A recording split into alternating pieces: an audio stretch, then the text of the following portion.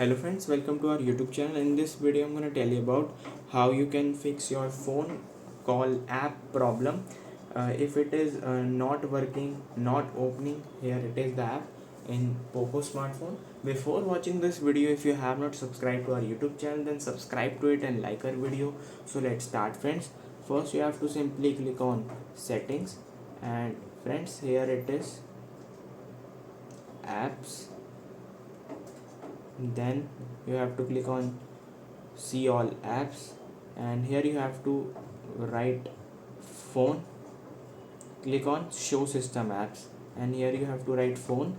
Here it is the app. First clear the cache, clear the storage, then give all the permissions to it like this, and your problem will be solved. I hope you like this video. If you like this video, then subscribe to our YouTube channel for more helpful tips and tricks videos. See you next time.